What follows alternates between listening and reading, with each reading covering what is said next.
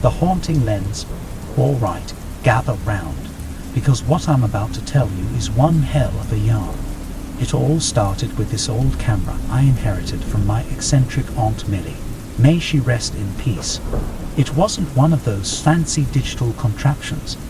This thing was a bona fide relic from the 1950s. Heavy as a brick, it was. But here's the kicker. Every photo it snapped had a peculiar little quirk.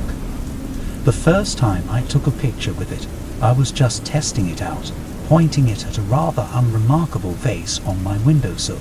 When I developed the photo, there it was, plain as day. The vase, sure, but standing right beside it was my late grandfather, grinning like a Cheshire cat. Naturally, I thought it was some kind of prank. I checked the room, convinced I was losing it, but it was empty. It was just me and that photograph. That night, I couldn't shake the feeling of being watched. I swear I heard whispers in the shadows, but when I flicked on the lights, there was nothing, just an empty room taunting me with its silence. I spent the next few days snapping pictures of everything, people, places, random objects, and every single time, there they were, long-lost relatives, all grinning, standing like sentinels in their sepia-toned world. At first, I was fascinated. I mean, who wouldn't be? I was holding pieces of my family history, captured in a moment of time that shouldn't exist, but it didn't take long for the novelty to wear off. The constant presence of my ancestors, always lurking in the background of my life, became unsettling, to say the least. The breaking point came when I took a picture of my bedroom mirror. Staring back at me in the photograph was a whole crowd of faces, grandparents, great-grandparents, aunts, uncles, all of them, just hovering there in the glass. I slammed the camera down, my heart racing. This was too much. I couldn't take it anymore. It felt like my family was closing in on me from all sides, suffocating me. I decided then and there that I needed to get rid of that cursed camera. So I did what any sane person would do. I drove out to the old abandoned mill on the outskirts of town. It was the kind of place where urban legends were born. Legend had it that it was haunted by the souls of workers who met untimely ends in its cocks and gears. Perfect place for a supernatural camera, right? I tossed that old relic into the mill's gaping maw, and I swear, for a moment, I felt a sense of relief wash over me. Maybe I was finally free from the watchful eyes of my ancestors. Days turned into weeks, and life started to regain some semblance of normalcy. I began to believe I was in the clear, that the camera was nothing more than a bizarre one-time fluke. Then came the day I received an unexpected package in the mail. It was the camera. No return address, no note, just that cursed device, staring back at me from inside the box. My hands shook as I pulled it out. It was like some malevolent force was mocking me, taunting me with its reappearance. I knew then that there was no escaping it. I resigned myself to my fate and decided to confront the camera head-on.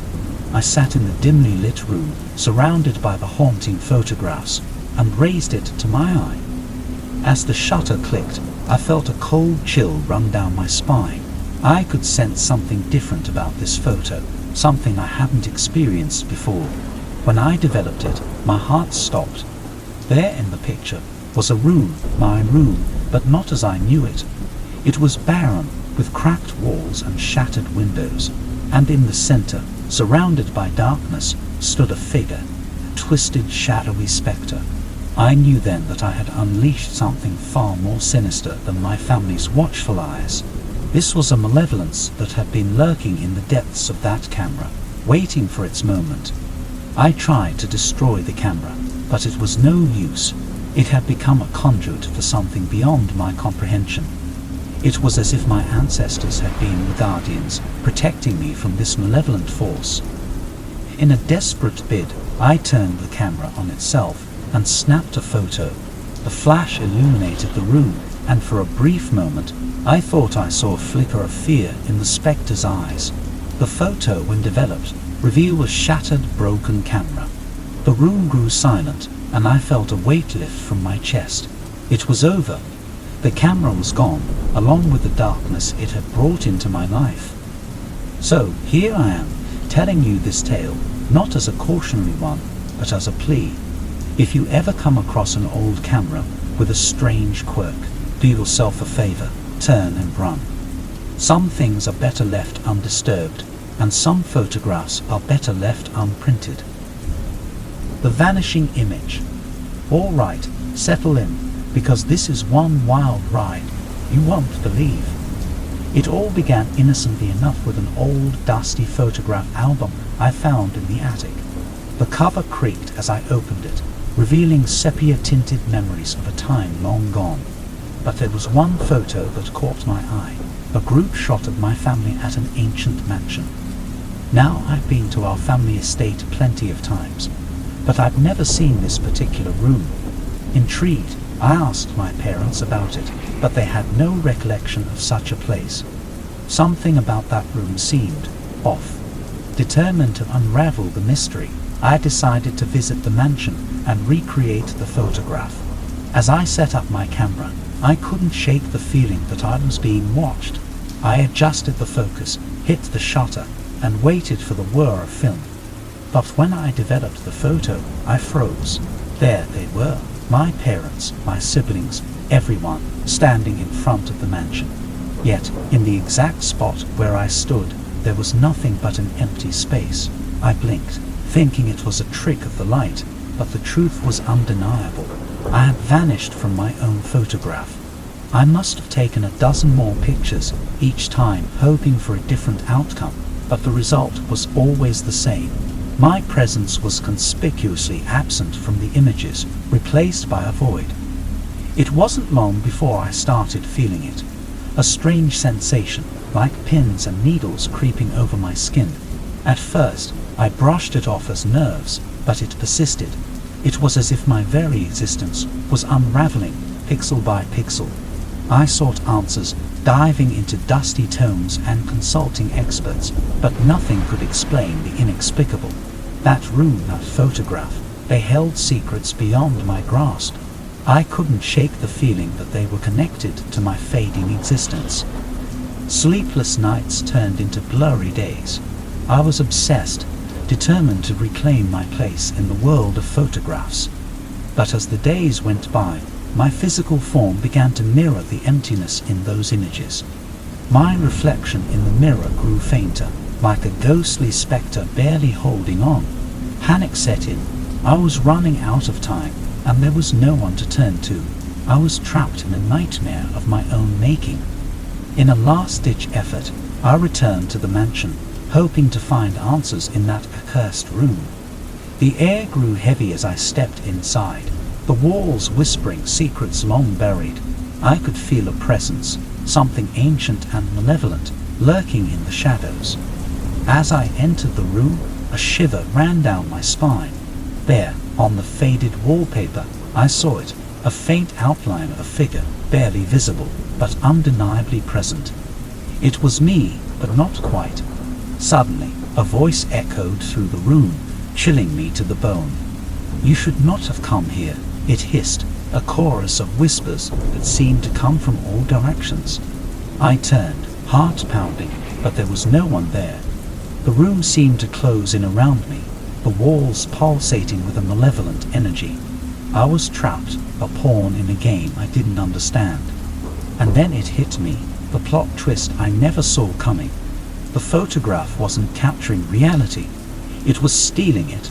With each snap of the camera, a piece of me was being siphoned away, trapped within that cursed image.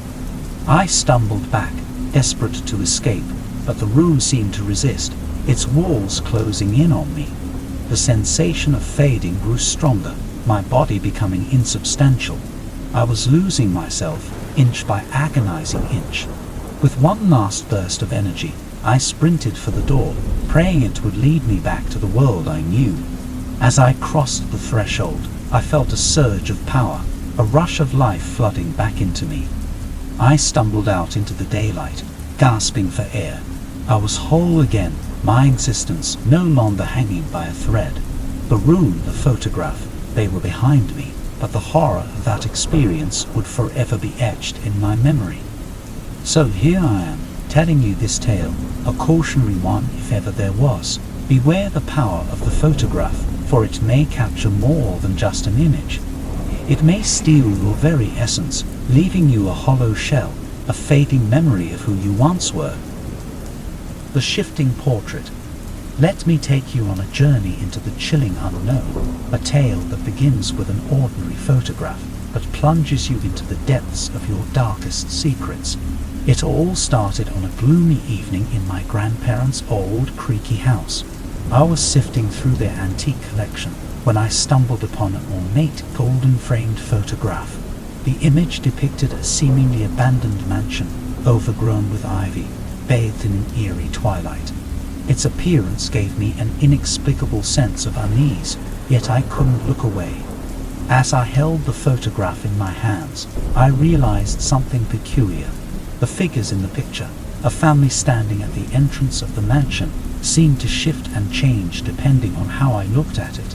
When I focused on the father, he became an older version of me, wearing a haunted expression that sent shivers down my spine. The mother transformed into a younger version of my own mother, tears in her eyes, as if she held a tragic secret. The child appeared as a younger me, wide-eyed and filled with dread. I was entranced by this supernatural metamorphosis, my curiosity getting the better of me. The photograph held an inexplicable power, and I knew I had to delve deeper. Placing it back in its frame, I positioned it on the mantel, as if it were a family portrait of my own. As I watched, my reflection began to blur within the glass, the room around me fading into a hazy void. Panic gripped me, but I couldn't tear my eyes away. It felt as if I was being drawn into the photograph, becoming a part of the eerie tattling. Suddenly, I found myself standing in front of that dilapidated mansion, the same one I had seen in the photograph. The feeling of déjà vu was overwhelming, but I was determined to explore this twisted reality. I ventured deeper into the house, my footsteps echoing through the empty hallways. Each room I entered revealed a piece of my life I had tried to forget. The first held the memory of a long-lost love, her image flickering in and out of focus. The next unveiled a dark secret I had buried deep within myself, as if the house was peeling away layers of my soul. The further I explored, the darker and more disturbing the revelations became. In one room, I witnessed a moment of my childhood when I had committed an act of cruelty that still haunted me. In another, I confronted the choices I had made that had led to pain and disappointment. The mansion had become a hall of mirrors, reflecting my most intimate regrets and fears. It was then that I realized the true nature of this sinister place. The shifting figures in the photograph were a mirror of my own inner demons. This house was an embodiment of my guilt and regret, and it was slowly breaking me down.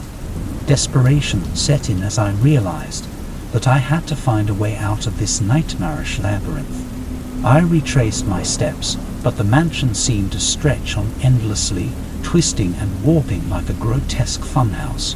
My reflection in the windows showed a man on the brink of madness, his eyes hollow and tormented.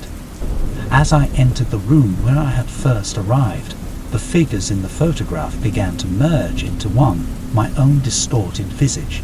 The mansion crumbled around me, and the photograph frame shattered, sending shards of glass flying. I found myself back in my grandparents' house, the photograph now empty, void of its supernatural power.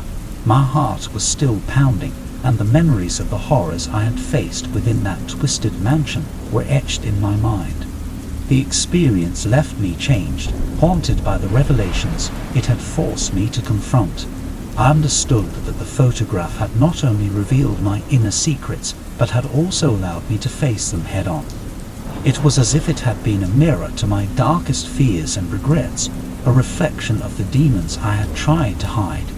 I knew I could never forget what I had seen, and I had to carry the weight of those revelations with me for the rest of my life. The supernatural photograph had shown me the depths of my own soul, and I had come face to face with the parts of myself I had long denied. So here I am, sharing this harrowing tale with you, a word of caution to anyone who stumbles upon an enigmatic photograph. Be prepared to face the truths you've hidden away, for they may not be as dormant as you think. The past has a way of catching up with us, and sometimes it takes a supernatural photograph to reveal the shadows we've tried to escape.